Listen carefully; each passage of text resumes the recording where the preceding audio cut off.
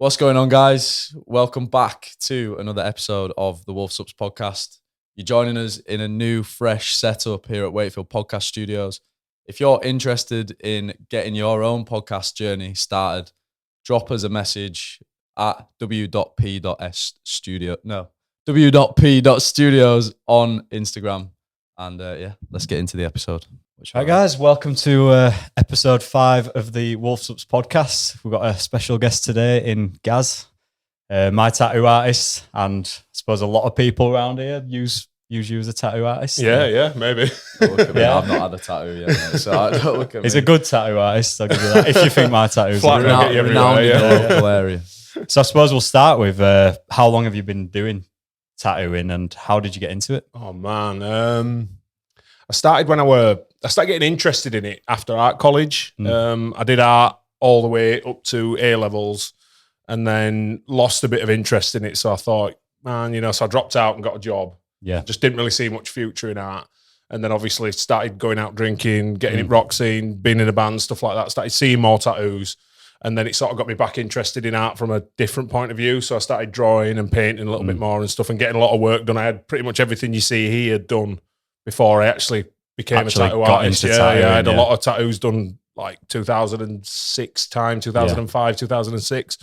And then went to Japan when I was 18 and got my back piece started by a guy called Hobbies, just outside Tokyo.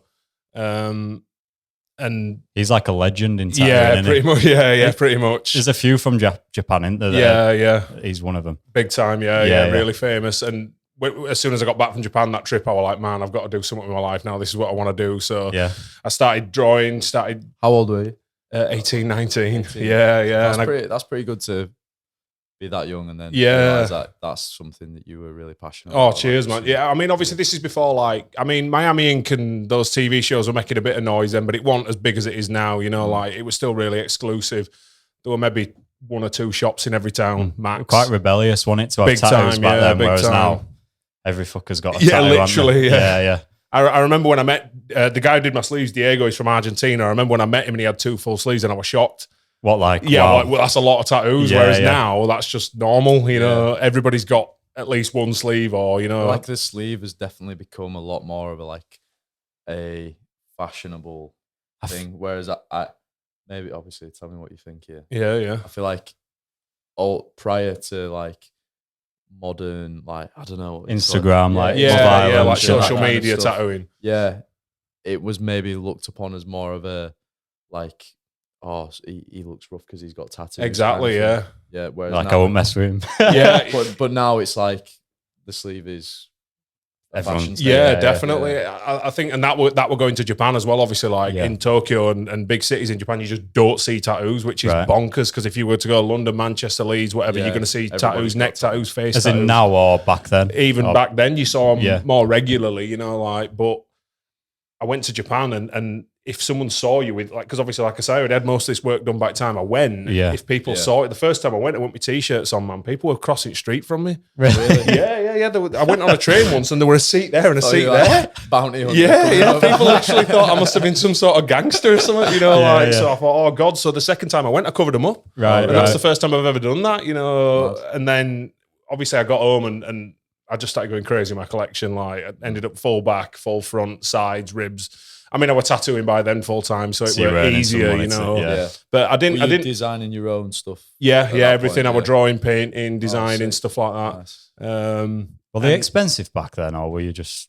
They were good and bad everywhere. I mean, Diego, when I were getting tattooed at that point, he used to charge me 200 quid for 4 hours. Right. So £50 an hour. So I'd say it's probably near enough doubled in line with inflation. Yeah, probably, that's a good point. I mean, obviously that was still expensive back then. You could go into town and get a tattoo for 15 quid, 20 quid. So to be spending £200 every 2 weeks on tattoos, that's what I was doing at that point. I live with my mum, so it wasn't like a massive issue, but it were a lot of money. Yeah. Well, it's crazy that you went to Japan at 18 as well. That's pretty mad, isn't it? How long did you go there for? First time I went for 10 days. And then I went for 6 weeks. Then I went for 4 weeks, and then I went when I started working full time tattooing. I went every 2 weeks, every 6 months. Right. So literally, I'd get back, do 6 months, and then go again for a fortnight. Yeah, because I was getting tattooed by Hobbies, obviously. So Wow. I went 13 times in 9 years. Man. Yeah. And what made you like want to go to Japan? Were you into just the art and stuff, or did you just think, fuck it, I'll go to I'll go to Japan and see what it's like? Well, I did my fine art that I did at A level were based on like Japanese woodblock prints and stuff. Right. But I always used to play like Metal Gear Solid, Resident Evil, like Japanese video games and stuff and all that. So I had like a massive interest in that as well. Culture was there. Yeah, culture were there and Interest, everything. yeah. Japanese music as well to a certain extent. you Right, know. right. And then obviously when I found sort of traditional Japanese tattooing, I was like, man, that's what I need to see, That's you. Yeah. Yeah. So, and then I went and, like I said, I got tattooed by Horimasa for the first couple of trips, but then I went and met another 4 or 5 traditional Japanese tattoo artists, and they've all tattooed me as well. I've got loads of different sort of. I mean, Horimasa looks quite traditional, his work, but actually compared to old Japanese style tattooing, he's quite modern. Right. So I went and got tattooed by some of the really old school guys, like cigarettes in the mouth, like no gloves, real ghetto stuff, like. Is it have you had all your tattoos that you've had? Have they all been done like in the same technique? Has it always been like machine versus hand, or I've had like you can Bamboo. Yeah. So I've had both. I've had like 50-50, probably call it. Right, Okay. I had all my upper thigh done by hand. Yeah. All my shoulders were done by hand, and all my collars done by hand as well. Yeah. Right. But how's that compare in terms of like feeling? Like, which is worse? Because obviously you two both, you've had a fair amount of tattoo work done now. Yeah. I'd say, like, obviously you've had God knows how many hours under the needle. I've never even come close. Yeah. But obviously you hear everybody deals with pain differently anyway. Yeah. But what's it like? It's difficult to explain, because I think if you ask anyone who's got a lot of tattoos, they'll explain to you that like the first hour, 2 hours fine, 3 hours fine, 4 hours fine. Yeah. The difficult part in a tattoo session is the marathon, not the sprint. Right. And the problem with Tabori, which is Japanese hand tattooing, is it's slow. Right. So like obviously you're not getting as far every hour, if you know what I mean. So you're feeling a lot more pain in a concentrated area. Right. So I personally found it really relaxing at first. Like first hour or two, it's fine. Yeah. But then once you get to like 3-4 hours, You're struggling. yeah, man, like they push hard as well. Like not so much with the needle, with their other hand. Right. Like so the so stretching you're and getting a holding lot your of- skin, Yeah. like so when I were having my chest done, I was literally like rocking side to side at one point, but It's an experience. yeah, isn't it? exactly. I'm glad I did it, The sacrifice you pay for turning your body into a piece Yeah, of exactly. artwork, And I wanted it done, and I didn't really want just a souvenir tattoo. Like at that point in my life, I was like full pelt or nothing. Like I've changed a lot since I had my daughter and stuff and all that. But at that point, it was like I'm gonna do it. And I knew a lot of artists that had like little pieces done by Tabori and souvenir tattoos. And I thought, no way, fuck it, I want a bodysuit. You want the proper. Yeah, like I was like, if I'm gonna get a Japanese bodysuit, there's one place I'm gonna get it. So I can't even imagine how much I spent. No. And time and money and effort and all that. But I wouldn't change it. Obviously, if you're going 13 times, like, Yeah. that adds up pretty quick on Yeah, that. big time. Yeah. Well, we used to pay like 1,500 quid for the cheapest flights, like me and Carly, or when I went on my own, and then hotel probably same again, and then £100 an hour in tattoos. I used to normally have about 12 hours If you every were time I to- went. Throw shit at the wall in terms of a figure of what you've spent total on all your body All my art, tattoos, where we at? man, it's got to be 40 grand. Fucking. Yeah, it's got to be Wow. easily. Fucking That's Yeah, crazy. easily. That's just insane, isn't it? That's an Yeah, investment. over a long time, obviously though. Yeah. Like it's Yeah. I probably. You're like your own kind of portfolio in a sense. Yeah, exactly. With your business now, because you can turn yourself into that advertisement for Yeah, bringing exactly. people in. They'll see work that you've done on yourself that you've designed. Yeah. Obviously. And like I say, never trust a Walking skinny out. chef. Yeah. If you don't eat your own food, then like that's it, That is yeah. true. Like Yeah. everyone in tattoo Well, studios that's is it, mate. covered Like in fitness, tattoos. anything aren't in they? it. It's all right being sat there, like no interest in it, selling products or whatever. Yeah. Then Exactly. people are not going to believe it. Exactly. Well, yeah, you see PTs who just look like they've never touched a weight in their life. and Exactly. You Mate, think, why are you paying him? There's Like, PTs at my gym, and I see some of the stuff that they do. In mine they as have well. People doing, and I'm like, I literally can't believe it. Yeah, you're in shock. Yeah. Well, that's that's. There's a lot of gatekeeping that goes on in tattooing. Like people are very defensive over it, but I think they're defensive because they care, yeah, but they don't get it across that well. Because you find a lot of tattoo artists, they're not the most. I don't know. They have difficulty with people, which is ironic because you work with people. With people like because every day, yeah. deep down inside, they want to do something different with themselves. They don't want to work in a shop. They don't want to do something normal. That's Yeah. why Right. they feel the way they do about tattooing. So It's like, I suppose creative people, it's probably a higher concentration of people being like more introverted. Yeah. To a degree. Exactly. Like working on the work themselves. I know like quite a few of the creative people I know who work on artwork specifically. They're very much like introverted, kind of spend their time just by themselves working on what they're doing. Yeah, definitely. Yeah, you've locked yourselves in a room. A lot of artists work at night as well, you find as well. Yeah. So that's not something that we can do, obviously. You know, we can't work all evenings and stuff. You know, people have got kids and families and stuff, but I do all my designing on a night. I always have done. You know, most evenings after work, I'll draw till 10. You know, so is that what you were doing before you came here? No. With family, right. I get me little into bed and then I do some drawing. Yeah, you said, you might be doing some designs. Or yeah. I didn't know. Sometimes I do. Yeah. It depends how I feel on a Monday. Sometimes I'll do some drawing. Sometimes I don't bother. But I mainly I try and keep it Tuesday to Saturday if I can. Do you find it quite relaxing drawing and stuff like that? Because I know when I'm designing, say, tub labels and stuff like that, I do get in a zone and I feel quite chilled out. Definitely. Hours just fly, you know. Some nights it's like a bit of a brick wall, you know. Some nights you can't get it right and you feel a bit frustrated. But majority of the time I enjoy it, you know. And in lockdown, obviously, when we couldn't tattoo, I would draw in for me all the time. Well, yeah. Because I struggled to draw for people because I didn't know if I were going back to work. Right. So I was getting clients like messaging me saying, is my design ready and stuff? And I'd be like, well, look, I don't even know if your session's going ahead. Yeah. And without that kind of pressure of being... Well, without that pressure of an appointment coming up, I was struggling to get it ready. You know? So I was drawing for myself more than I wanted anything else. And I got like 4 massive A1 prints done and stuff. And and it sort of took me back from being a tattoo artist to just drawing. Just enjoying the process. Just enjoying drawing. Yeah. But I do like drawing for other people though, because I like the reaction a little bit. It's kind of like a bit of a game, you know, like you kind of send it to them, you know, and you kind of... Well, I remember when you... Sorry. Go on. I remember when you were like speaking about getting your first...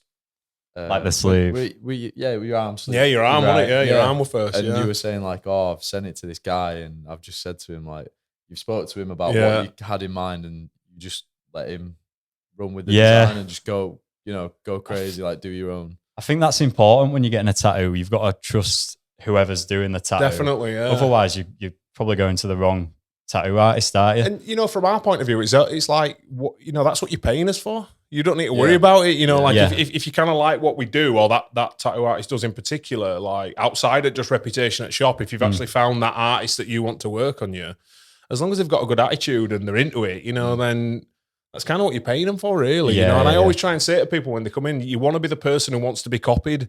Yeah. And that person who wants to be copied had to break that mold at some point and put that trust in that artist to do that first ever Zeus or that first ever pocket watch or that first ever, you know, like a lot of the things that people roast nowadays for being like basic tattoos. You had to be that first person at some point, you know, like, so, but sometimes that takes a bit of vision when you send someone like something really abstract back, you know, because sometimes you miss, man. You're only an artist, you know, like sometimes you look at something and you thought that might have turned out better in my head than it did on skin. But if it's what that person wanted and everyone's happy, then really that's all that should matter, you know. Does it do your head in when you send a full sleeve off and they come back with a million things to change? Changes, like... yeah. Because the thing with it is it's we're not trying to be difficult. When we get a million changes, we're like, you don't realize how hard it is to do that. You know, like people will say something super simple. They'll be just like, oh, can we just throw this name in there? Or can we just throw that feather in there? But it's completely it's like speaking to a builder. It's like rebuilding house from beginning again. Yeah. Everything's where it's supposed to be for a reason. Yeah. And we've kind of thought about that, you know, like, so when you throw something else in there, unless there's a really obvious gap or somewhere you could definitely do it.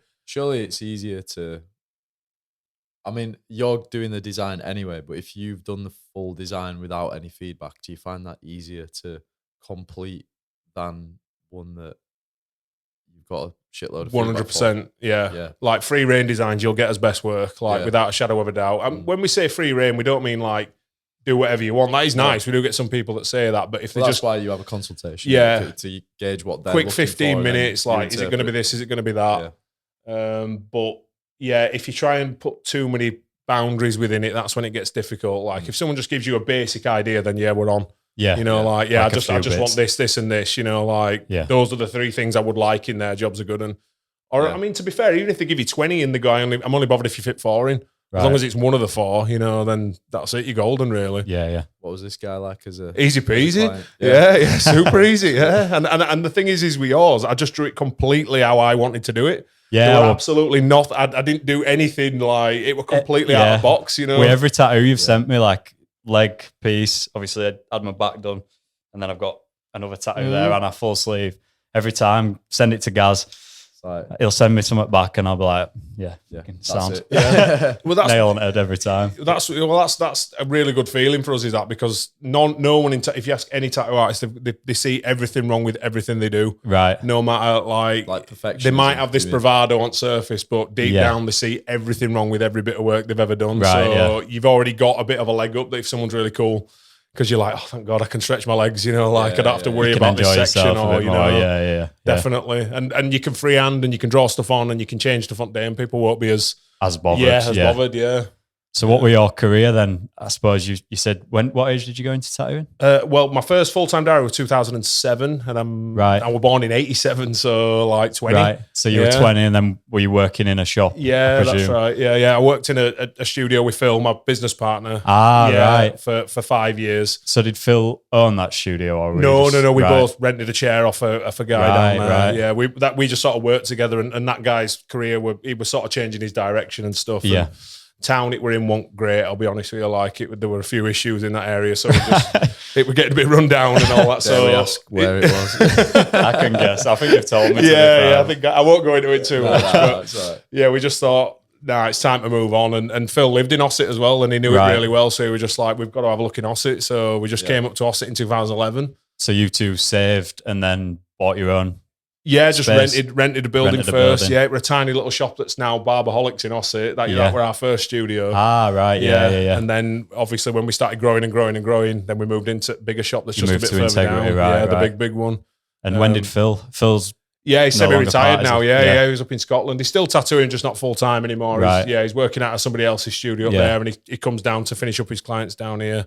God, that'll be nearly 2 years ago now. Yeah. So he's a character, isn't he? Yeah, big time. Yeah, big time. I miss him. Proper I miss character. him. Yeah. It's.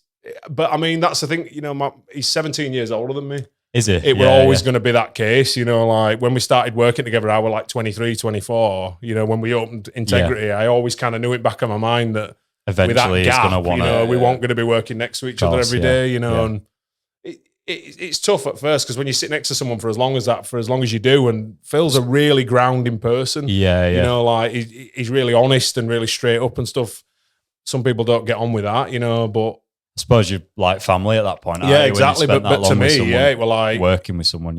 It was devastating. I'll be honest with you, but like chatting day to day. Yeah, you can't match it, can you? Well, that's it, and you'll know, like if you've got someone that you're really close with, and then you don't see them regularly, you try and cram everything in when you do see them. Yeah. And it's not same as when you just see someone every day and you can just say things in passing, you know, you're just like, you'll never guess what happened the other day. You know, it's difficult when someone's that far away. Yeah. To obviously kind of like, when you see each other, you just verbal diarrhea, you know, like, but he's doing his thing, man. He's got to do it. You know, like he's done, God knows, 30 odd years in tattooing, you know, like he didn't want to do it full time anymore. And that's totally understandable. It's difficult on your back, your hands, your eyes, your wrists, everything really. Your mental health, he just couldn't do it for 6-7 days a week anymore, you know, like, and that's totally understandable. How long do you reckon you've got? Man, my back keeps getting. No, you're right. It's a good question, man. It's a good question. If you can't tell on camera, are you 6'7"? Yeah, just short of 6'7". So that won't help. No, definitely not. I think there's a balance of like your relevance as well. I feel like sometimes in tattooing, you either move into a status where everyone knows you that well that you'll always kind of be busy, or do you get a lot of your business from like word of mouth? Pretty much. Yeah. So I think that's a good thing that we built with Integrity, that we'll always have like a steady trickle of clients. And you said just before we started, how long are you backed up for? Like a year. Yeah. Just over 12, 13 months. Yeah. Which is pretty crazy. Like to know that you've got that guaranteed like big time stream of people coming in through word of mouth or whatever it might be. It always surprises. Like I message people like that I've not spoke to in 10 months, and I'm always thinking he ain't coming. Like he's gonna have forgotten. Like serious. I do it with everybody like you as well to a certain extent, especially before you know them. You know, like, and then they'll be like, "Yeah, I see you then," and you're like, no, you know, I still do that now. You know? Yeah. But yeah, as far as longevity, it's pretty rewarding that though to know that people still. If people are willing to wait that long, obviously you're doing something right. Mate, it's amazing. Yeah, it's absolutely amazing. I like, it's a pinch yourself kind of thing. You're always a bit like, really? You know, because like I said before about seeing problems with everything you do, you think that, oh God, you know, like, That's not gonna, like I'm not gonna be People doing it aren't much gonna longer like or that, whatever. Or right, yeah. but Do you feel like you're getting better then over the years, or do you feel like there were a point where you, I suppose, peaked, or is it you kind of developing and that's growing another good all question the as time? well. To be fair, yeah. I think you're only ever as good as your last one. That's what I always say, especially in tattooing. You're only ever as good as your last tattoo, and I think unless you feel like you're getting better every time, you probably are getting stagnant, if you know what I mean. So you've always got to be pushing yourself. To you've always got to be pushing yourself, and that's a really hard pressure that we put on ourselves as artists. Like. Because I suppose when you're going outside of your comfort zone and your box and you're doing that first tattoo, it's kind of a bit like, shit, I don't want to fuck this up on something. It's going on someone's body for life. So. Yeah, well, that's it, isn't it? Like the beauty of a tattoo is it's personal to you. Yeah, like there might be everybody. Everybody's got a clock or girls on the hand or whatever, but it's unique and slightly different in its own way. Definitely. So, well, that's what we try and do down there. That's what we say to people. Like you even get people coming in, they go, like, I'm not. You do see it a lot and stuff, and we'll always be. We'll give them a bit of advice and say, look, we have done this before, but we are still happy to do it for you. But it's a bit out of your own comfort zone. Yeah, exactly. Or we're not comfortable or whatever. But yeah, it's one of them things. You can't choose for people. I think it's pretentious to do that. Like you can guide them and you can help them, but at the end of the day, it's their body, it's their hair, it's their skin, it's their choice. And no matter what it is, they want it done well. And no matter what it is, there's a reason they've come to you as well, or they've heard of you. So, like, just be honoured with that, man, because it's never too late to go work somewhere else. That's what I always think. And it's such a unique profession, isn't it? Yeah, big time. Like, I suppose a barber, for example, if he fucks up an haircut, it's fucked for a couple of weeks. But with a tattoo, like when you and Jordy got them dead trims in time. Oh my god, that were only temporary. I'm looking forward to that one. Oh man, I was planning the biggest night out, the best night out. Jordy goes, gets a trim, and he gets the best barber, and I get stuck with this fucking. I mean, he were a nice guy. I'm not going to slate him too much, but I came out and I was like, about £3 as well. No, it were expensive in Thailand. Was it? It were about a tenner, God! And I usually paying haircut before were about £2, but cheaper down in Wakey. It fucking is. And I came out anyway, and I was geared for this big night out, and he showed me during the show back here, and I'm like, I was like red in face, and I just looked at Jordy, and I'm like, oh, for fuck's sake, because Jordy could see it, and all he were finished at this point, so I'm thinking Jordy's He's thinking, there, right, smug, like. and I get out of it, and I take a picture of it from side, and I'm like, well, you probably see it on next Wolf Supps vlog. You sent it to me like pretty much straight after. It was butchered, wasn't it? I was fucking mortified. I was like, we'll just have a drink and we'll call it an early night, lad. And Jordy's like, nah, come on, it's last night in Chiang Mai. I'm like, I'm not feeling it tonight. Just like everybody's just going out with a hat on or something like, hood up. Yeah, well, annoying thing is Jordy's trim were fucking unreal. It was the best trim I've ever seen. So yeah, you must have had some horror stories like tattoos, like with clients, whether they've come from other tattoo artists to you. Like, what's the worst? Oh man, what springs to mind? I had a dude. He literally came in and his back was just chewed. It wasn't even just a bad tattoo. It was just like the skin were just knackered. Like whoever done it had obviously, and it was a studio as well. I never asked him which one, but it was a studio with a sign and a name above door and everything. The colour were destroyed. The line work were just jacked. And was it like a full back? Full back, yeah, literally. Hell. And I used to be a little bit more social media back then, and actually posted it on social media. I was like, look at this, Not saying any names, but like, look what's happened to this poor guy. Just be careful. Don't choose us, and we're not even bothered. We're not saying like you should have come here. Just be careful. So that guy's obviously gone. It had taken a few day sessions. That one, I would imagine so. Yeah. So on his first day session, would he not have? I can never say day session. I can never say session. So day session.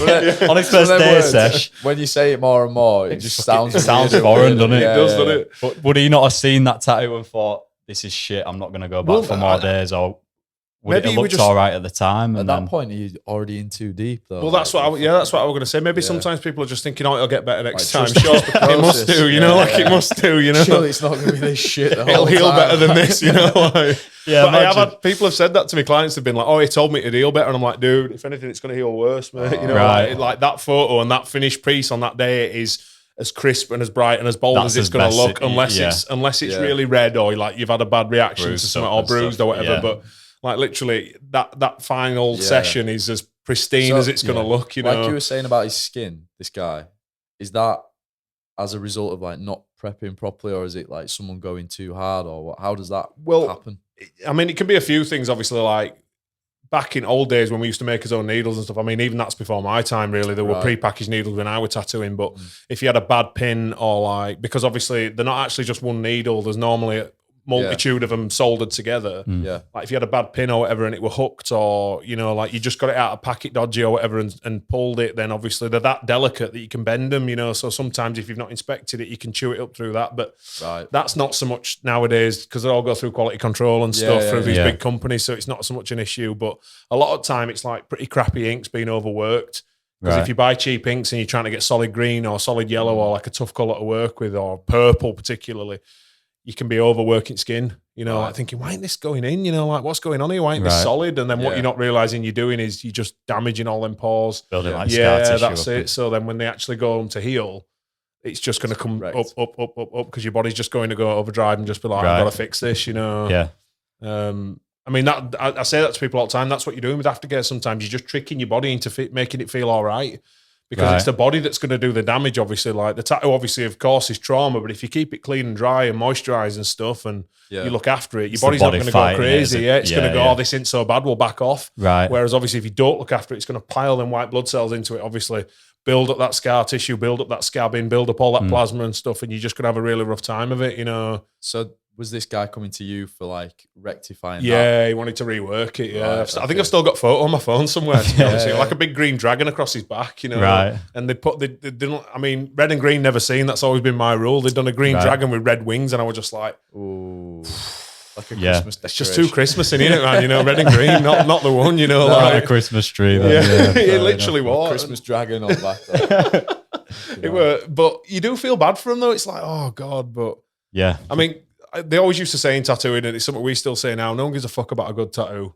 No. Like, everyone cares about bad ones, man. If one of your pals gets a stinker, everyone's going to talk about it. Like a good one, everyone's just like, oh, that turned out all right, didn't it? Nice. Forgotten about it, you know, like, unless it gets brought up for a particular reason. But if you're on a sesh or if you're at pub or whatever, it's like, here, Tom, show him that bag of shit, you know, like. My mate's got a fucking NOS canister like there, just above his dick, like that. And it looks like a milk bottle. It's the worst thing I've ever seen. Oh God! Why would you go?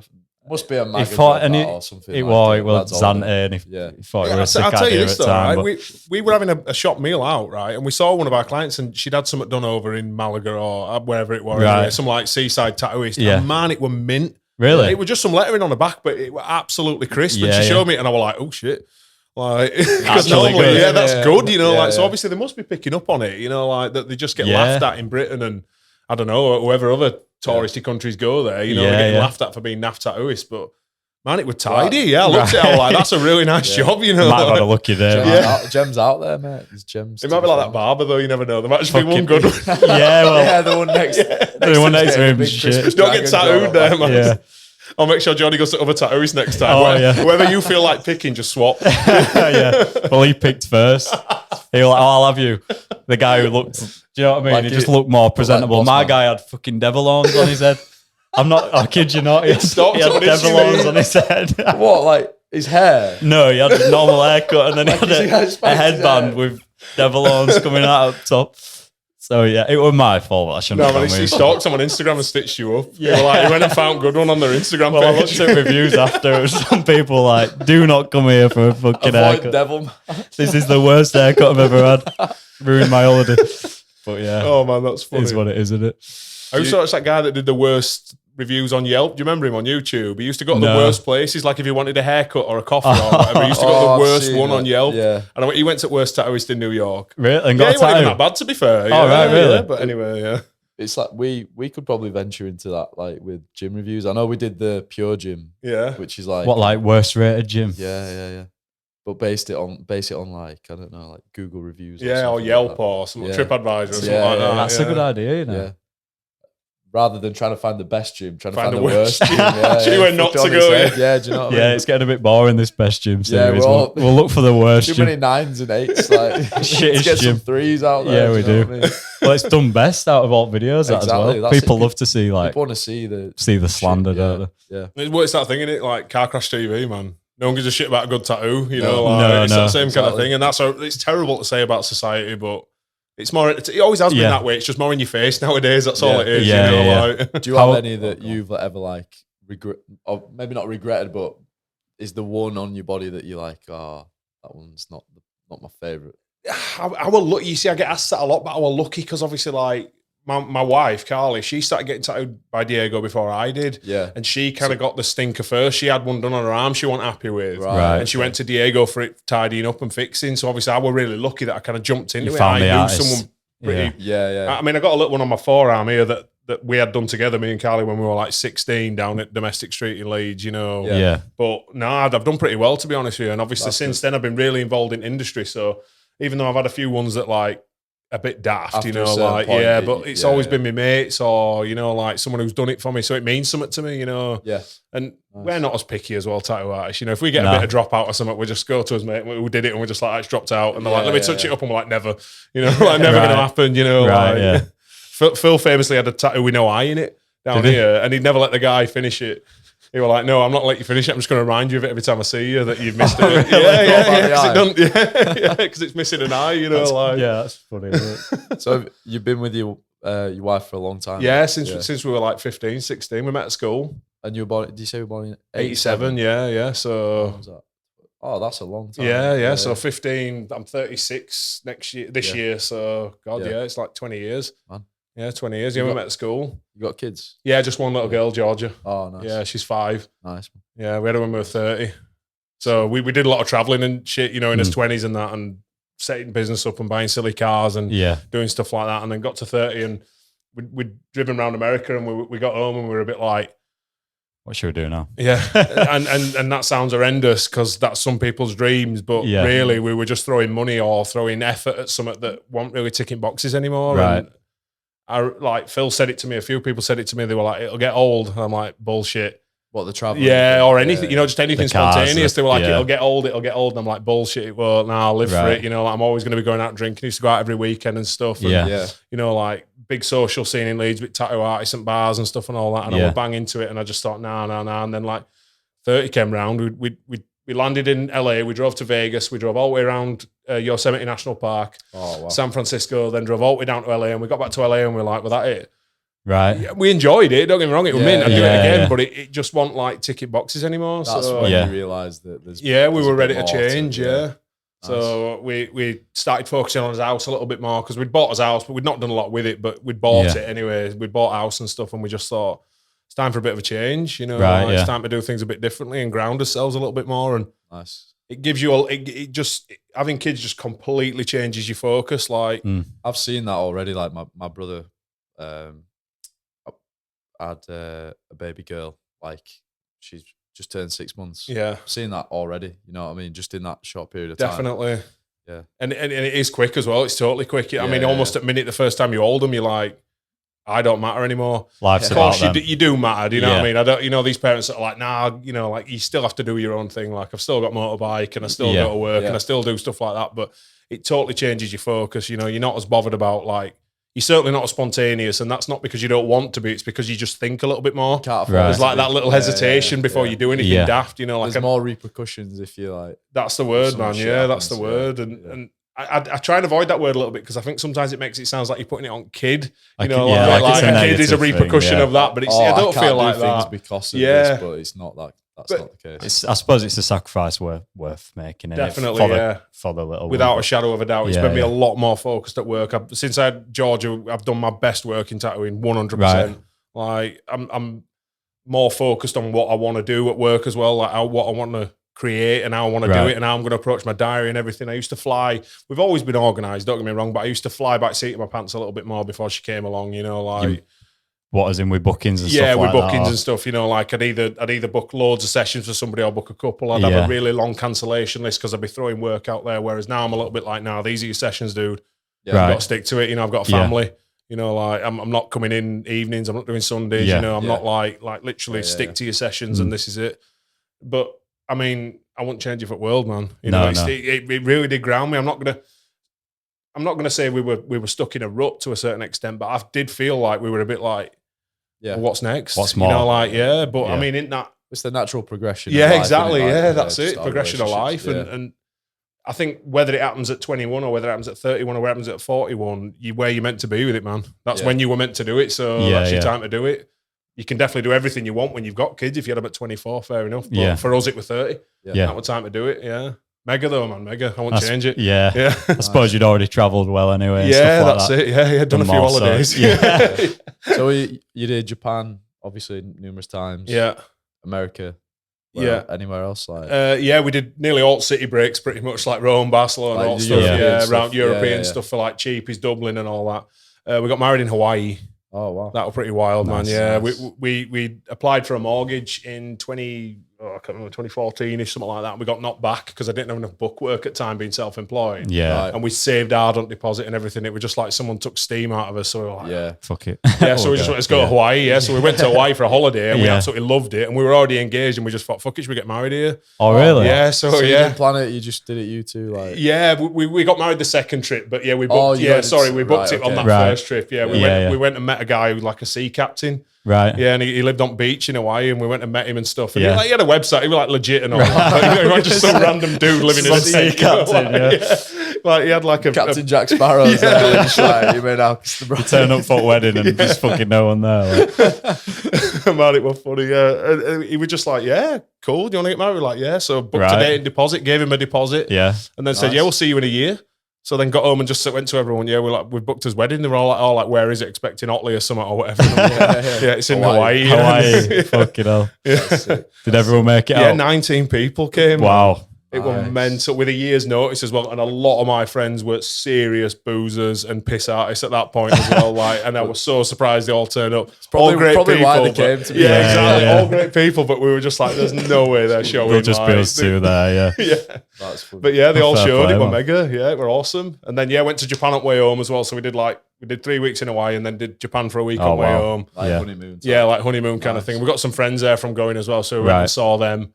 And then home after that trip, and then we went to Hawaii again a year and a bit after that, I think it was. And then Japan again. Then we did America thing, like we did all Texas and Louisiana. We did all southern states. We drove around all them.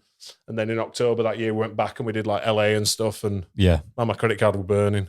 Yeah, but Literally, we're back.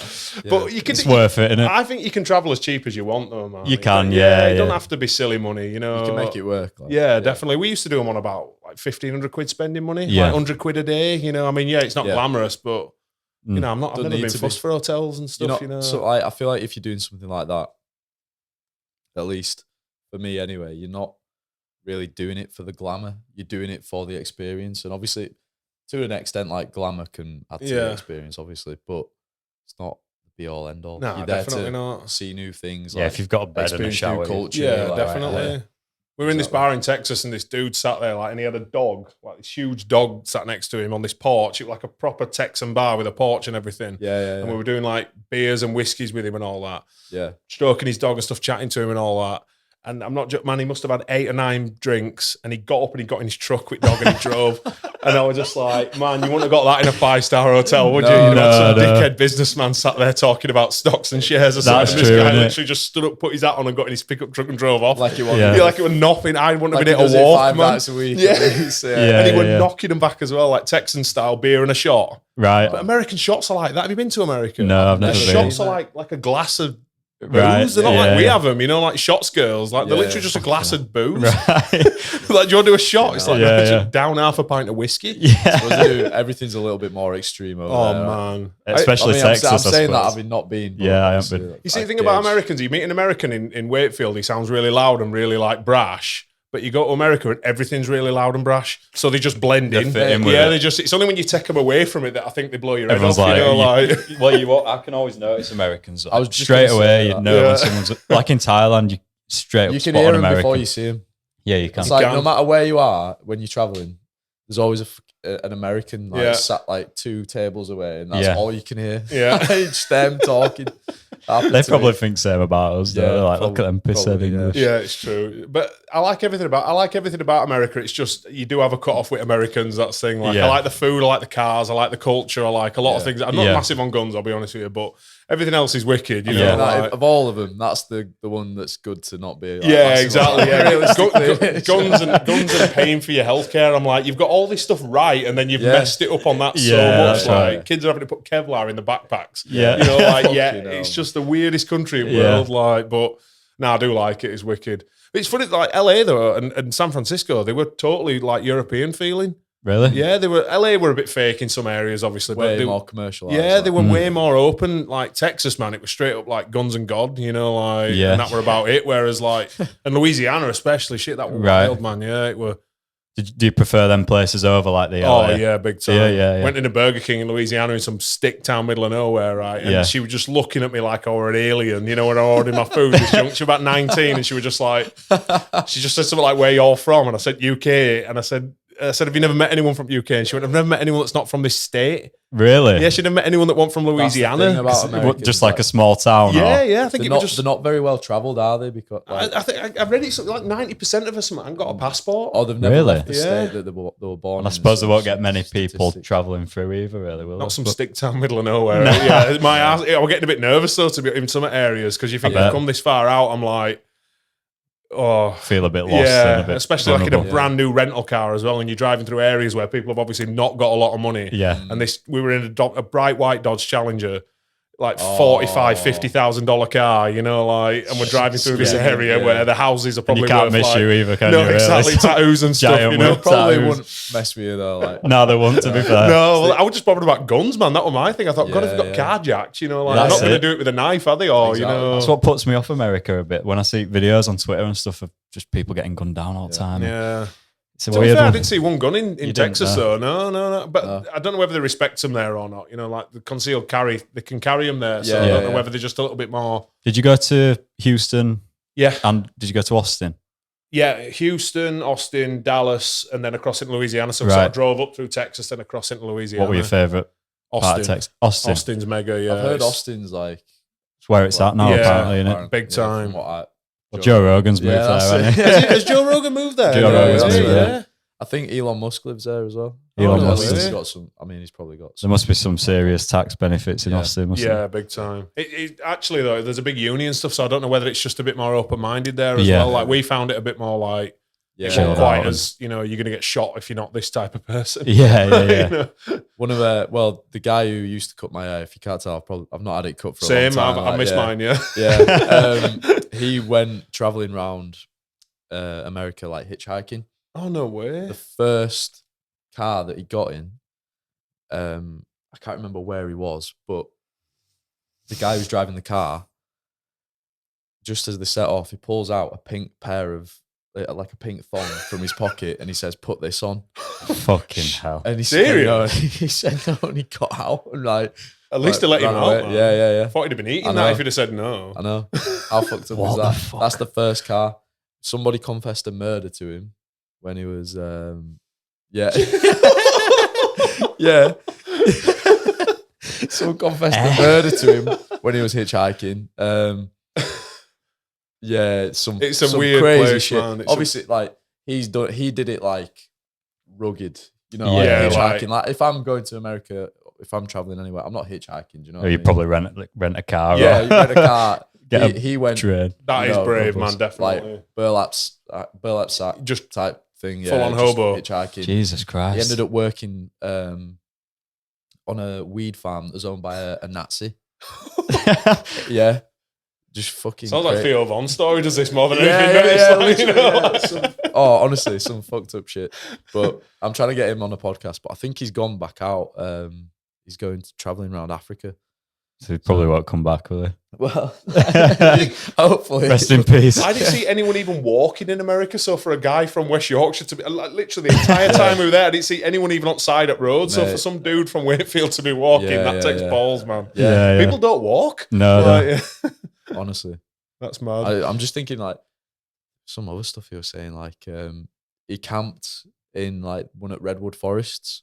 You know, Nice. Redwood's like biggest trees in the world. Those forests. with bears and stuff. Yeah. Yeah. So he said a bear was like sniffing around his tent when he was inside the tent. Jesus Christ. Like- He's got a death wish. Yeah. What are you doing at that point? Do you know what I mean? It's probably one of them guys that you always say every year he's going to be dead in a couple of years. I've got a couple mates like that. Sol, if you're listening, mate, get on the podcast. That's what I'll say.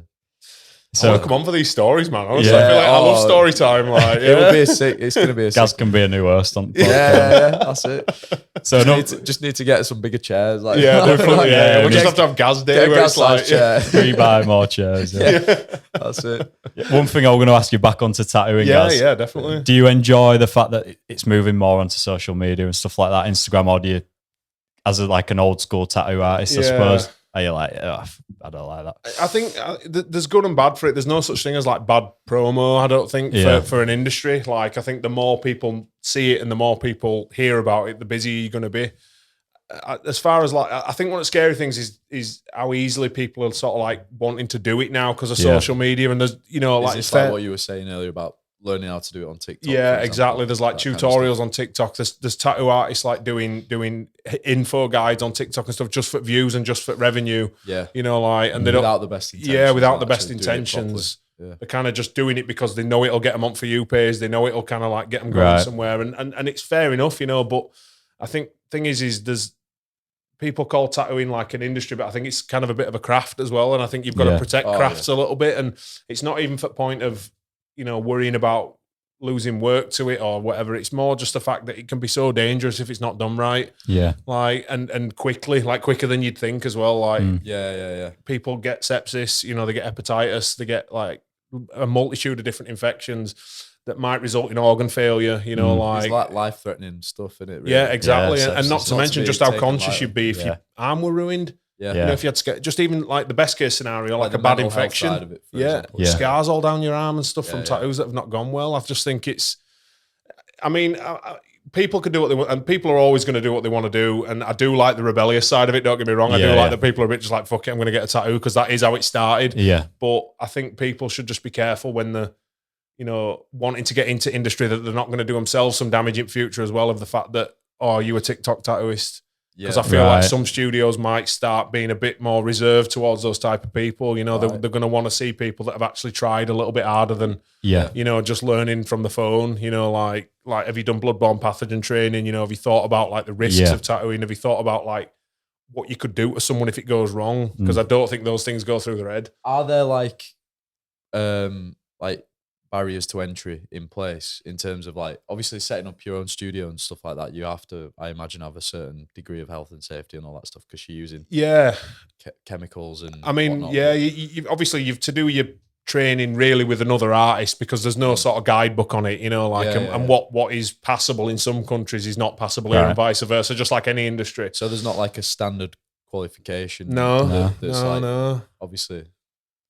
It's pretty That's crazy. quite frightening, really, isn't it? It is an interesting one though, isn't it? Because it's art. It's art. And it's perceived by the beholder, innit? That's the Yeah, top and bottom of it. Yeah. You think there would? I mean, my girlfriend's gone into permanent makeup, which is obviously you're using a tattoo gun. Yeah. And she needs a qualification. Yeah. Well, I suppose she could do it without it, but I don't think she can get insurance route like that. That's it, yeah. As a tattoo artist, you can literally just, I'm a tattoo artist. That's it, yeah. Basically, as a tattoo artist, you need to go do your public liability insurance, obviously, but they're not really that bothered about a qualification because they're in one, and obviously go through your local health authority for your inspection. Yeah. Now, they're great. Obviously, they do all the standard hygiene checks and stuff like that, but, they can't regulate quality. That's not, like if they can report on infections and they can report on problems, but actually, as far as if they walk into a studio and it's got, all the 5-10 things it needs to pass the inspection, the boxes, then it's golden. That's it, which is pretty frightening. But yeah, that comes back to then, I don't think there's any excuse with social media for you to accept subpar. Like if you're happy with that tattoo artist because you've done your research on them and stuff, and that's a good thing of social media. Everyone's portfolios are online. I suppose it forces you to level up as well, doesn't it? Because definitely. Your work's so visible all the time. The unfortunate thing is though, like it makes us all content creators, which I'll be honest with you, I'm not keen on. Now. I think we're all far too tied to us phones nowadays, and I think I like podcasts and stuff because it promotes conversation and that's why I like it as well. Because there's it's long form in it. Like I don't have TikTok because I feel like when I had it, it was just sapping my time, and I just didn't. What I was getting from it was just It also worsens your attention span as well. Like Yeah. I can't watch a video now for more than like 5 minutes without No, thinking. no, I have read that. Unless Yeah, it's definitely. you and Geordie Blair cutting about around Thailand. I can watch that all day long. I watched it today. I was loving it. Did you? Yeah. That was funny. But yeah, That man like- loves being on camera too much. That's what it is. Well, I've said to him, I mean, I'm not really keen on.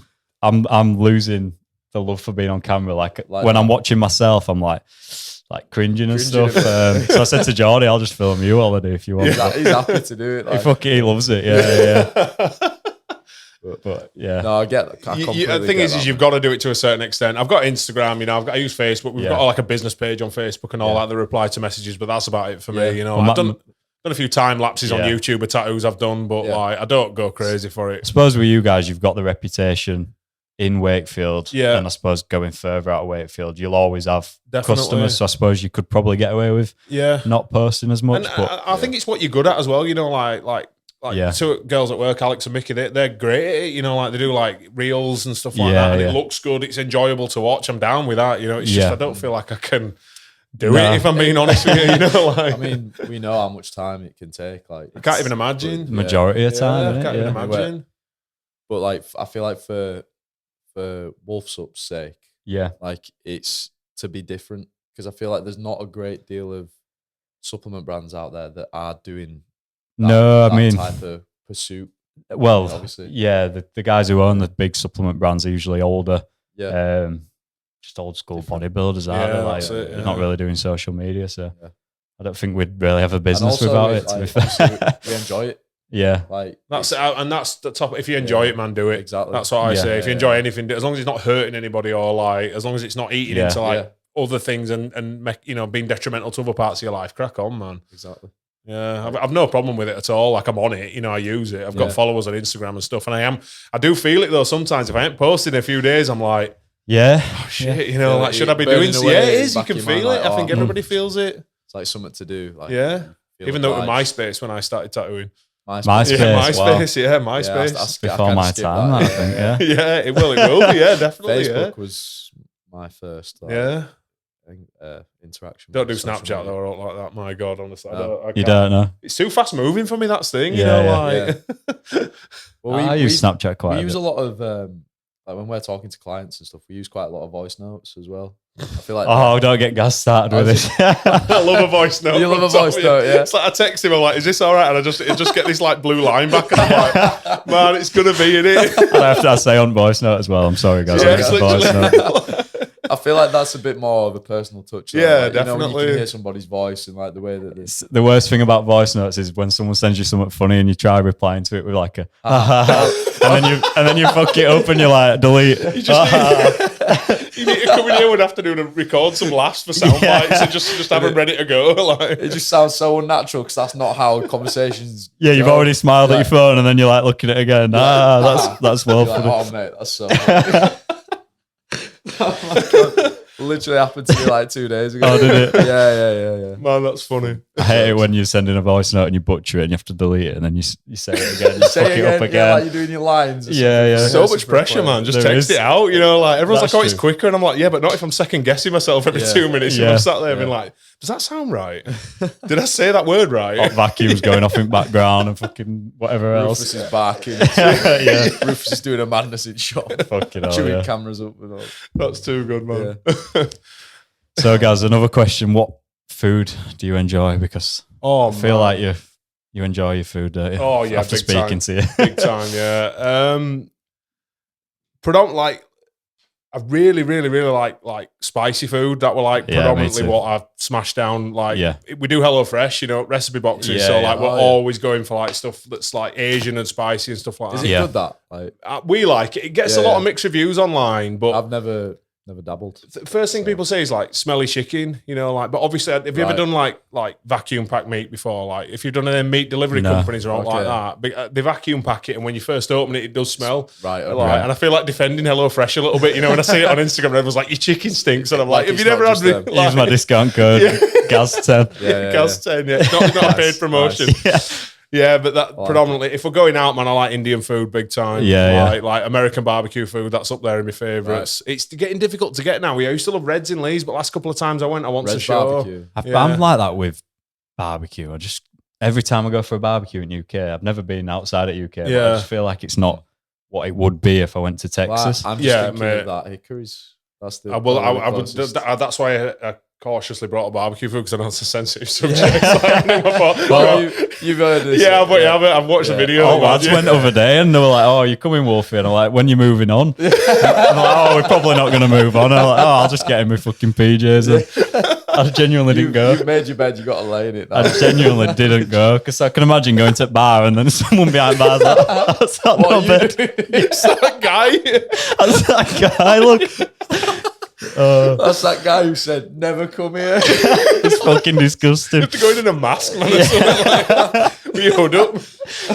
Put a wig on. Excuse me. I liked it. I've been twice, man. I enjoyed it. I thought they were really nice people and the stuff. food were but good. It was yeah. good and the service were good. It was just that last bit. It would just really ruined it. I'd laugh though if they weren't actually clapping because we'd left. If they were clapping, if someone had said a joke be a and they were like, misunderstanding. hey, It yeah. could have been. I swear you brought it up. Yeah.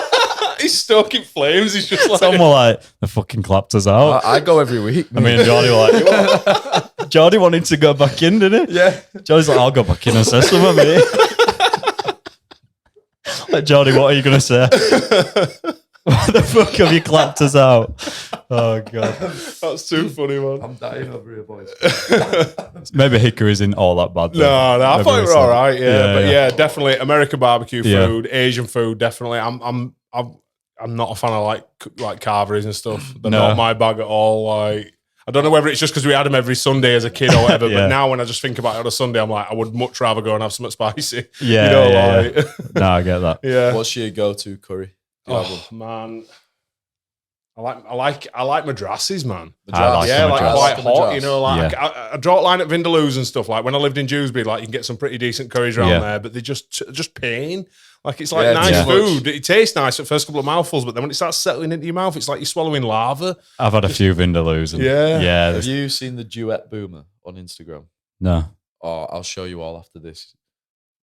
We'll move on, but I'll show you Yeah. after this because it's just this old guy who just eats chilies. Oh, really? Oh, yeah, I've videos. seen him. Yeah, his Yeah. eyes are streaming and stuff and all that. He's like Australian. Yeah. Oh, mate. Yeah. Just a fucking lunatic. Yeah. His insides are going to be Yeah. fucked out there when he gets older. well, Yeah. I do worry about He's that. like- 'Cause you get stomach ulcers and stuff, can't you, and all Mate, that from he's it. got- Well, these, I like, worry that that's what's happened to mine. But black chilies that are like this big, and he's dipping them in chili oil that are like, and it's like dried. He bites into the chili, and all these seeds fall out. It's like, what are you doing to yourself? Man. Suicidal. it's so good though at the same time. He's got like Maybe not 2 eating million chilies. on TikTok though, so So now he's It's got to all live now up it's to his it. content. life.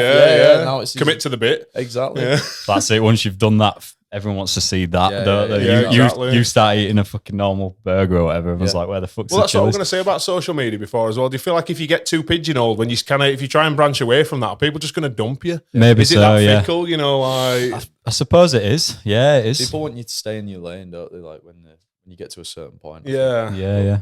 It's the people who break out of the lane. That's when you get the real kind of Yeah, stardom, I think. definitely, Those where you people can who- do anything you want, kind of thing. Yeah, and it's like what you were saying, like no publicity is kind of bad publicity Yeah. to a degree. Mm. But I mean, Kanye West, man, saying all this shit I know. recently, like it's only brought his name up in the news even more than it was already. So Well, that's it.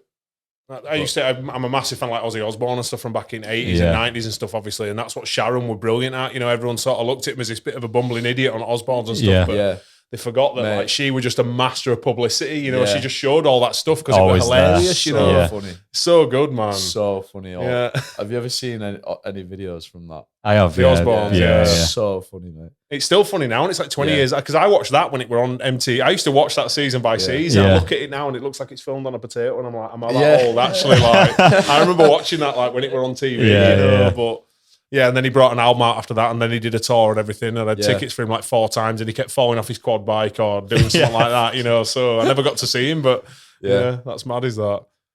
What kind of music do you like then? Is it more like, do Um, you like rock music or Yeah, predominantly like rock metal. Not, Yeah. I'm not sort of into like brutal metal. I'm not No, like not like heavy screamo metal. type No, I can listen to it definitely, but it's not on my like. Yeah. I'd be lying if I said it were on like daily Yeah. rotation. yeah, I like southern rock, country stuff like that. You know, the that's American been stuff? that's been something that's crept into my life more and more. And I used to hate it. Like country. like- Yeah, but like more Willie modern Nelson stuff. types. Yeah, Right, yeah. No, I No. like the more modern stuff, like Luke Combs and stuff, Oh, and all right, that okay. stuff that's coming about recently. Yeah.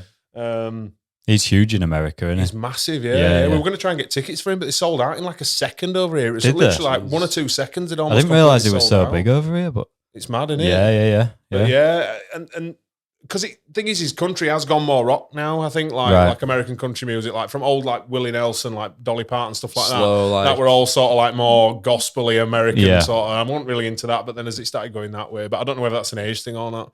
I used to have like an American car, and I never listened to country music. Yeah. When I had my Dodge, and I used to just Yeah. listen to like rock and metal in it and stuff, and then just thought it looked cool. yeah, and I'm cutting it enjoyed work. It'd be driving. golf now with Luke Combs blaming out. You know, like. That's that dad lifestyle. Yeah, now, that's isn't it? it. isn't it? Yeah. I'm more engaged. Yeah, From Dodge and rock to golf and yeah. Golf and Luke Combs, yeah.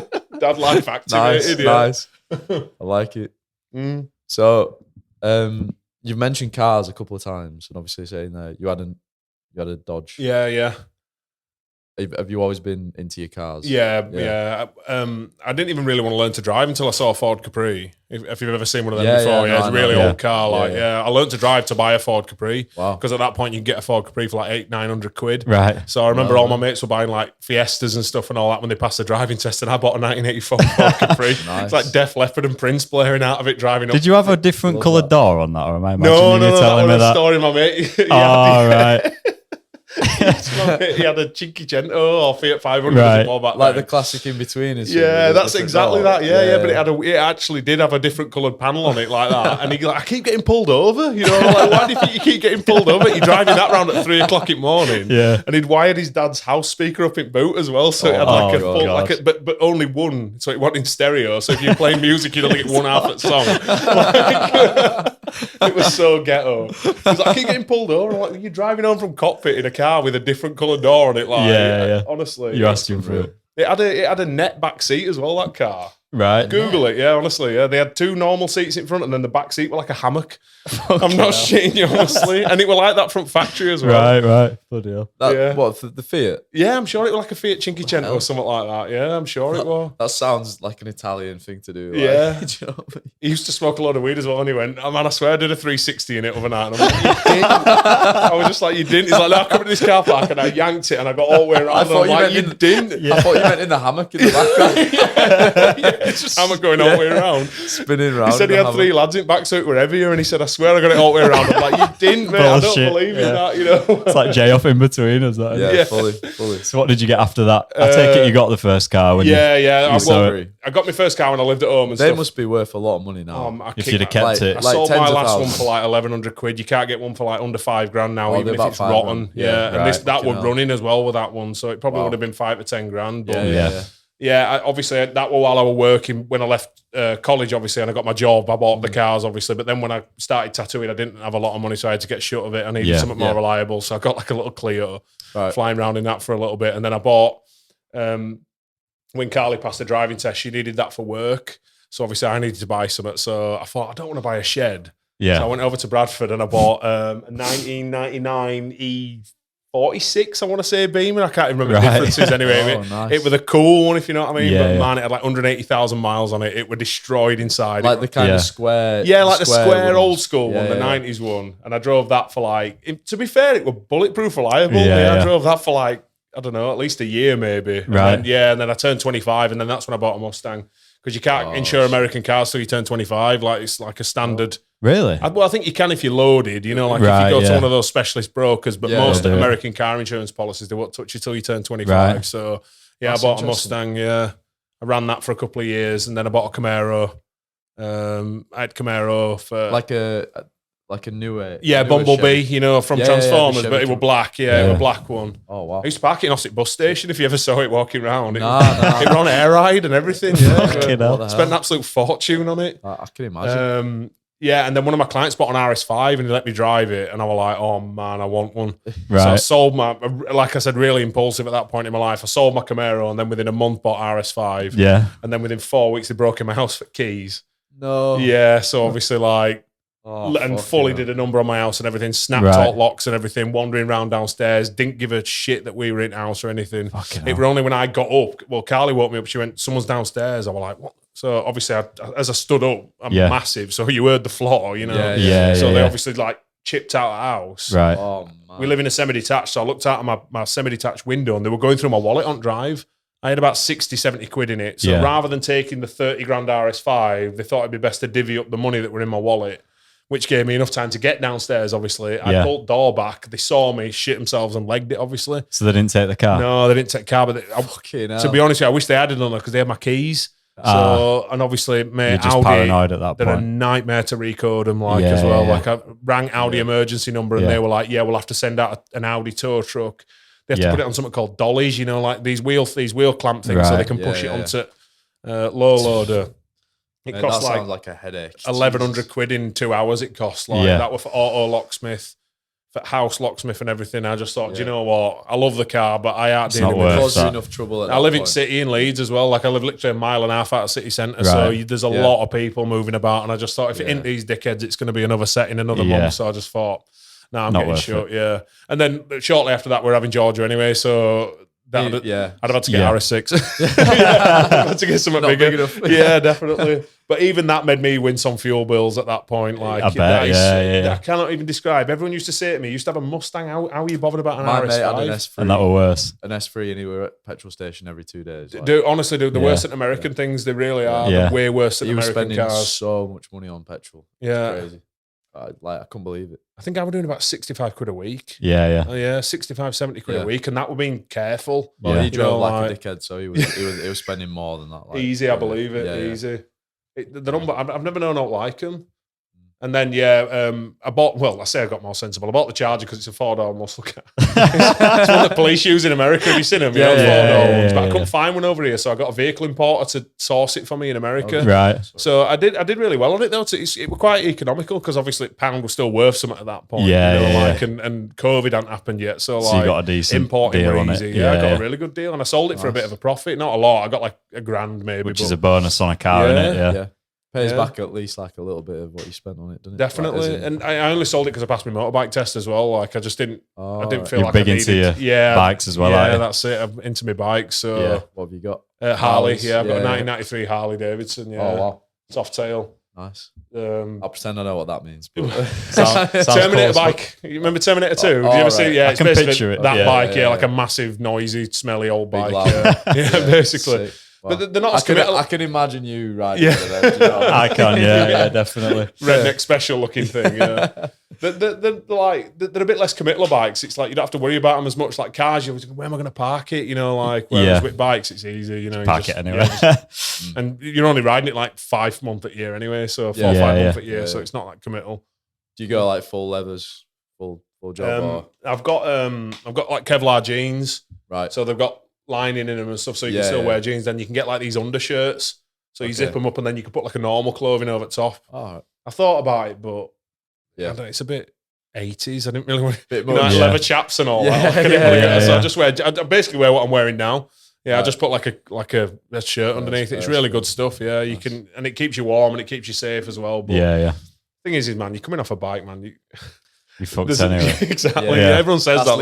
It's least, a bit of the scratching. All that stuff does just stop you having to have like gravel dug out your skin in hospital. It's not going to stop you breaking scrapes. Bones and stuff. You know, like if you fall off fast enough, you're going to get hurt regardless. So. Absolutely. Well, girlfriend's dad lost his left leg on a motorbike. Yeah, and he's got another bike now. No way. But it's obviously tailored towards him having one leg. No way. He still rides though. He still loves it. Yeah. But fuck, it's scary, isn't it? That's what. And you're on two wheels. My dad had a motorbike crash when he was younger. He's still got a scar on it on his face. Yeah. But that was his thing. He used to do like motorbike trips with the boys. Like, my dad did and all. They were like touring bikes. Yeah. You know, like BMW. Yeah, like long distance bikes and stuff and all that. So they go around driving around Alps and stuff like that. I feel like my dad used to have a ped bike, and he's always been really against bikes because he came off it once, and he's always said you're never getting a motorbike. Nah. That's what so no matter how much I'd I'd have got well into them, I'd have probably never been able to get one. Yeah. Well, that one thing, like Carly were always like, no, not happening, not happening. And then we're in COVID, you know, obviously because COVID happened. And I did all my tests and that in 2020, you know, between lockdowns because I sort of bent her ear enough, you know, to let me do it. But it's a different feel. Honestly, it sounds cheesy, but you really are on your own. Whenever you're in car, you're thinking, oh, I'll just nip and get that milk. I'll just go and do this. I'll nip to studio. I'll nip and do this. Whereas when you're on bike, it literally is like freedom. So if you're ever struggling to like get away from anything, it's one of the best things you can do because you can't even answer your phone. You can't even look at your phone. You know, like there's no Apple CarPlay. You know, there's no text popping up or like. No. It is an amazing feeling. It is good and it's really relaxing, but it's just weather's not great. That's the only problem. So you've got to like, if unless you're really brave, you know, like you're only going to be doing it a few months a year. Is that how you like to wind down then? Like, would you go for a ride, or do you have other hobbies? Or no, pretty much just motorbikes and looking after family. That's it, really. Yeah, I don't mind a bit of gardening, if I'm being honest with you. Yeah, completely straight. Yeah. I like chewing at garden stuff like that. But everything's just so expensive to throw yourself into hobby wise, and I've just thought unless it's something I truly care about, and I don't know whether that's competitive side or not. I just feel like unless I'm going to be really good at it, or unless I'm going to put the effort into it, I don't want to, make a mockery of it in a way. Really, if it's worth doing, you want to do it properly. Yeah, exactly. And I really admire people that can really get good at a lot of things, but.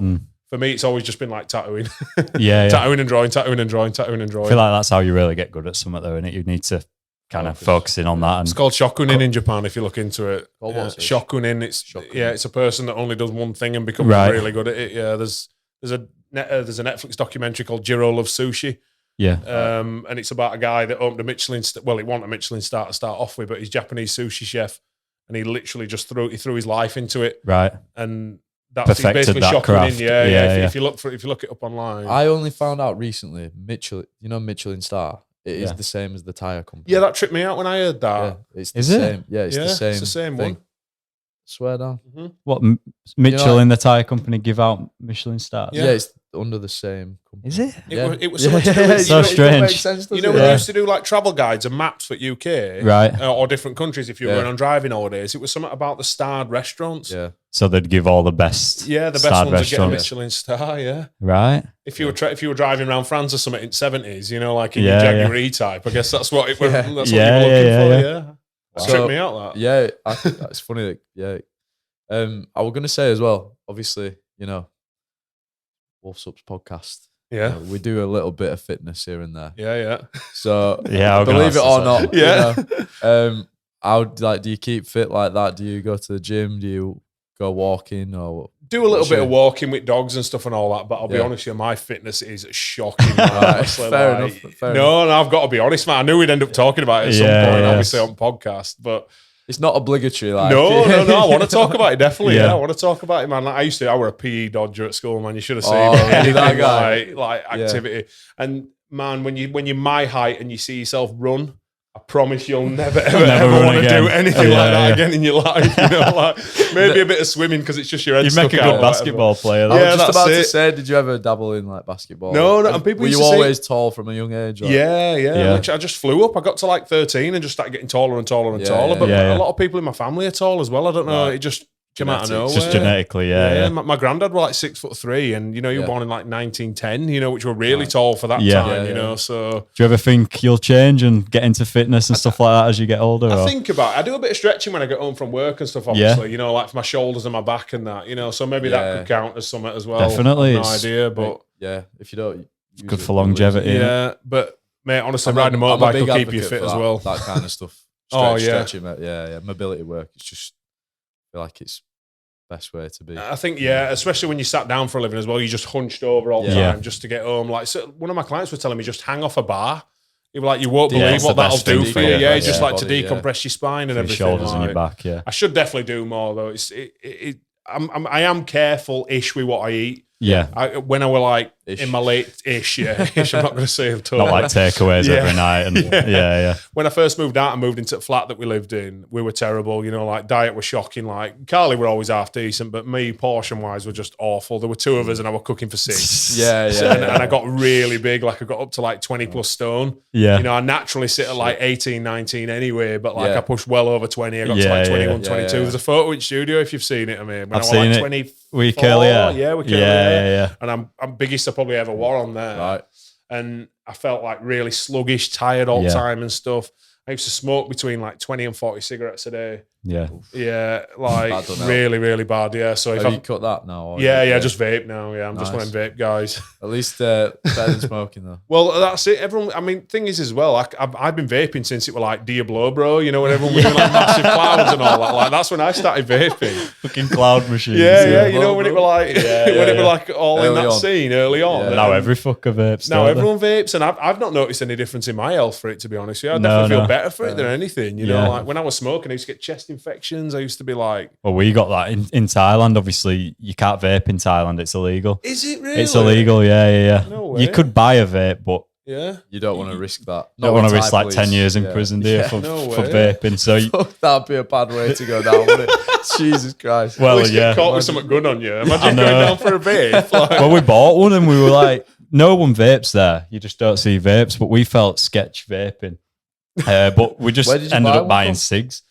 Well, you bought one in We Thailand? bought one on just on street off this guy who just had like a little pop-up store. Fair enough. But yeah, we were just smoking, and then Yeah. it were getting like 20 cigs a day easily. Easy. Sometimes 20 cigs a night. Jordy did Oh. 20 in an hour. yeah. I'm sorry, Jordy. I'm surprised he had any hair. He did cut, 20 man. cigs in an hour, so he were having like a cig every 3 minutes. He went to 7-Eleven, bought 20 cigs, Marlboro Golds, And they were came gone. back, and he was sat outside at a bar, and he's just Shane. smoking Shane and him. smoking. Oh, I need more Oh my cigs. God. You fucking what? I bet his lungs sounded like a Harley Oh, it Davidson sounded engine all- at Yeah, the but it end of did, that. yeah. The whole trip. In he was Asia, just- though, man, everyone smokes. In Japan, everyone smokes. Literally, Which is strange I because- feel like that when I've done a lot of traveling around Europe Yeah. this year. Like, it just seems to be more culturally That's it. accepted. They have like the longest life expectancies Yeah, as well. in Japan, no? People Yeah, who yeah. smoke. But a lot of that's to do countries with who- that. Honestly, the steps you do in Japan, you're exhausted. You know, Right. like, no, because obviously no one's got a car. You know, everyone's Yeah. just using public transport. Everyone's Train walking. stations are as big as Osset. So sometimes if you need to swap a platform in 5 minutes, you're nearly running. Yeah, Everyone's really fit. They eat really well. Obviously, like rice for breakfast and stuff. You know, like, really light meals, Yeah. fresh veg, and They do a lot of like fish oils instead of olive oils and vegetable oils Right. and stuff as well. So like the base ingredients of the food are not as bad as ours, I don't think. no. Cheese and bread are almost non-existent. You, like, Right. unless you go to Mackey's or Yeah. you know, like you go to a supermarket and buy it specifically for a sandwich. You don't often just see it in a restaurant. You know, no. like so. I guess that's good as well. Yeah. And like veg, just eat veg constantly. Eat a lot of veg. Yeah. So as long as you're eating a lot of veg, rice and fish Smoking oils, cigarettes. you Yeah. can smoke 30 a day and you're fine. But it's funny though because they all work 70 don't hours do a week. 20. You know, like Don't do 20 Yeah. in an hour. That's Yeah. just unbelievable. He's a wrong on there, isn't he? He's George? a wrong one, mate. Thai style smoking. That His, That's yeah, so- his that's so voice funny, by end of trip, it just you That's so could barely funny. speak. Oh, wow. I look forward to the vlog, man. I can't wait. Yeah, I don't know if we mention it in vlog because Well, probably like, yeah, no, you don't, do, don't you do, put, you do. I'll do You it. do. Be Yeah. like, don't put that in. But Thing just is, outed him I've in always front said of if everyone. people want to smoke, let them smoke. though, Too man. late for that, mate. Yeah, If people want to smoke, let them smoke, man. We all know what it does to you. Yeah. You Yeah. know, like you could spend your entire life watching what you eat, going to the gym as much as you can, keeping yourself healthy, and you could still get lung cancer. You know, Yeah, like, yeah. obviously the chances are higher when you smoke. Of Yeah. course, don't get me wrong. Or if it's not that, you could get hit by a bus. Yeah, exactly. You got to live your life, man. You know, and if it's something you enjoy, then fair Just enough. want to say I don't advocate it, but No. you know, I do get it. Like, yeah, I'm not here to say that I've never smoked a cigarette because yeah, this year I've probably smoked more cigarettes than in my entire life put together. yeah. Like just going away, holidays with the boys, like That's just- it. And life's for living, man. That's what it's got to Yeah. be. And if you Yeah. know, if you enjoy doing something, as long as it's in moderation, then knock hell out of Yeah. it. I say, Yeah. you know. Yeah, I'd rather Maybe don't do 26 in an hour, like. No, well, it's- not regularly anyway. I think Unless you honestly, go for book a world record. I just don't think he could get the nicotine rush that he gets off a vape. Yeah. Do you know what I mean? That's Yeah. when you know you're vaping too much. When Well, His it's yeah. vapes, like That's he's got the one of thing them with the big fat vapes. ones. I don't know what are the not e-looks, the other ones that are just you got to be careful with them, you know. Them ones with the the big fat disposable ones. Yeah. So he smokes. Well, he vapes them, and he'll just be on it and on it. So obviously he's getting a heavy, Loads, load of nicotine. So I just don't think he could get the same nicotine. I'm not surprised. chasing the dragon. You should Just just do get it him a just- knife and fork, man. Just start eating back in next time. He should have had two in at once. Yeah, fully. Yeah, Oh, that's that's funny. fucking not getting that nicotine rush. Another cig. Yeah, that's, yeah. that's so funny, man. Easy done when it was like £2 a pack, probably something like But that. yeah, I think they're Yeah, like I remember you telling me £1.60 that. or something for They're only, 20 they're only Marlboro £3.5 Golds. quid in Japan, £4 in Japan. Yeah, yeah. And it's like you can pay insane. £2 for a can of Coke in Whereas Japan. here you're looking at like 17 quid. Yeah, eh? yeah. I couldn't even say it. I Imagine buying with a tenner. Yeah, imagine buying a pack of cigs for 17 quid. When I went to Dublin, I think one of the lads paid like €20. It's expensive is it's Dublin, crazy. though, isn't it? Yeah, I It is found it very really expensive, expensive. What we went to Temple Bar, which is like the main bar. Yeah. The whole time we were there, like whenever we got a taxi or something, taxi drivers are like, whatever you do, if you go to Temple Bar, like just don't buy spirits because they'll charge you so much. Woodins First forgot, thing, yeah. One of the lads forgot. Goes to the bar, he's like, 2 double rum and cokes. Bartender presents a card machine. It's €38. Oh my god, €38 for 2 doubles. Quid, yeah. Nowadays, it is, it's about 36, something like that. Christ. So it's fucking mad. prices go up as well, don't they? At certain times in Temple Bar, don't Do they? they? I think that's why. Yeah. I think we went like peak. It was Friday night, like peak time. Yeah. So expensive, I man. mean, Singapore were bad, like really bad. I remember Really you saying expensive, that like bottle of wine, 100 100 quid, yeah, pretty much. Yeah. Yeah. Vegas is dear though, you know, if you're not gambling. Yeah, If yeah. you just go get drinks and food in Vegas, like in a restaurant, not in casinos. That's why they keep the casinos where they do, I think, so you don't leave. Yeah. Like if you go anywhere else, like man, we went to a bar in Vegas. It was like a round or 2 drinks were like $28. Yeah. Yeah. Starbucks were like $10 a cup, you know, over there. Which Yeah, were, yeah. I mean, it probably ain't far off that now, but this is going back to like 2015 or something like that. So it's Quite expensive. yeah, isn't it? really Yeah. expensive. Pretty crazy. Silly money. No, yeah. Watch your purse if you go to Singapore, because paying like 15 quid a pint. Which is fucking Robbery, mad. man. Which is heavy when you've been buying Chang beer for like For a like quid. 2 yeah. quid, 2 quid. Yeah. See, I feel like that's I don't know how long we've been About an going, hour like, and but yeah, I feel like that's. That's a good one, yeah. I Definitely. suppose to end on the question, what's future plans for Gazz and Integrity? Oh man. Yeah. Well, it's been a difficult question, that, because it's like, well, they're going to be a future plan with COVID. Yeah. A few people have asked me that recently. Like, I think we're still getting over it, if I'm being honest with you, as a team. Definitely, I feel like this year is going to be the first year we can breathe a bit of sigh of relief and be like, right, it's time to move on. Yeah. So keep pushing as artists. That's going to be the goal this year, definitely. A few bits to do with shop, a bit of tidying up here and there, but we've got a good building, we've got a good team. Yeah. Keep at it, basically. That's going to be it. More of what you're already More doing. of what we're already doing, yeah. Just Yeah. keep getting better as artists and stuff. Yeah. I never say never to anything, do you know what I mean? But, you know, we've done an apprenticeship thing in the last couple of years. We've done a lockdown in the last couple of things. Yeah. Like, obviously, Phil moved to Scotland. We've had a hefty, like, couple So of you've had years. it. So, Yeah, you've had to come definitely. through it, We're just going to enjoy a good year of tattooing, I think, and maybe have some nice holidays. Yeah, fair Because enough. we were shut for 9 months out of 12, man, you know, like, living on furlough money. So, It's something- You can breathe a sigh of relief, I yeah, suppose. definitely, yeah, it just definitely. shows, doesn't it, like the spectrum of businesses that were like impacted by that. Like, Yeah. people might not even consider. No. It might not have even crossed someone's Well, mind. a lot like, of businesses tattoo is, shut down, aren't they? Like, Yeah, that's it's it. the most, it's about as intimate as you can get with somebody in terms of like paid work, innit, really? Yeah. Yeah, So, definitely. yeah. I think really like 2021 for us were just like, oh God, you know, like off and on still. And then obviously Yeah. 2022, Yeah. it still felt like chaos, you know what I mean? Like even last year just still felt like maniac. There were still people coming out of woodwork Yeah. that we'd missed from lockdowns or whatever, you know? And yeah. like obviously as if it hadn't been for grants and help from government, obviously there wouldn't be an Integrity. Like You'd have literally, gone on, like yeah. we probably had savings for a few months. You know, Well, that's it. You like- don't carry enough cash to sustain for a rent, building, do you? And- bills, electricity, because Yeah, all those yeah. things didn't stop. You know, No. like we could freeze a few contracts, but very few. You know, like we Yeah. were still paying for medical waste and stuff.